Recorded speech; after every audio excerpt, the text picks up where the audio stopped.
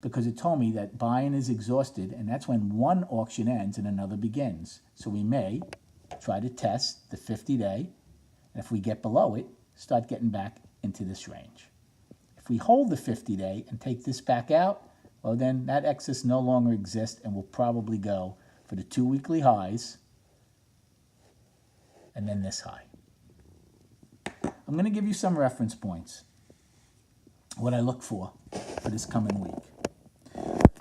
So I'm going to show you the market profile also briefly, but I'm not going to really get into it. But for some of my reference points, I need to. Oh, one other chart that needs to be shown. This is the 30-minute chart on the SPY. I apologize. There are 13 time frames. Most traders trade in half-hour increments, starting at 9:30 a.m. and ending at 4 p.m. And they letter them A through M.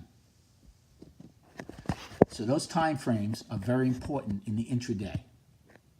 Right now, my first reference point on the upside would be 273.62. And I'm going to go to the profile. This is the market profile. This is Friday's entire trading day. And again, I'm not going to go over the whole picture yet because there's a lot of information you can get from there. The reason I'm showing you is 273.62 is my first reference point, and that's because it was 9 wide. What does that mean? It means it traded 9 times at 273.62, which is closest to the fairest price to do business. 9 out of 13 time frames. Well, odds are you're going to revisit that area again at some point because that was the fairest point to do business for both buyers and sellers.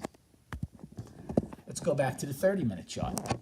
My second reference point I have is 274.21. That is right here. So the day started, we traded up, good part of the morning. Here's your high of the day. Flushed out to the downside, tried to rally one more time, and then again traded down. So that reference point, 274.21, is my afternoon rally high. And my third reference point would be 275.32, which was yesterday's high, and which also represents the high for the week. Here's the weekly again. And 275.32 was your weekly high. Okay, let's go to the downside. My downside for yesterday, my 3 top reference points, will be yesterday's low, which is 272.27. My next reference point, and this is the important one, will be the 50-day moving average, which is generally, it's just about a 2, let's get a better view of that. We'll call it 272 even. That's going to become your go, no-go area. Will buyers be there again when we trade back down? Or will sellers take control and get it below and try to hold it below? It's become a battle zone. I said this earlier. I have many videos on Facebook that I had, and I said, as we started to approach this, this is going to become your go, no-go area, and you're going to get a lot of capitulation and a lot of infighting between the buyers and the sellers. And so far, we have had that for 2 days. Your second reference point on the downside would be 271.11, which is an afternoon pullback low from the 15th, which was the day before yesterday. And that's right here. So the way you have an afternoon rally high, this was an afternoon pullback low.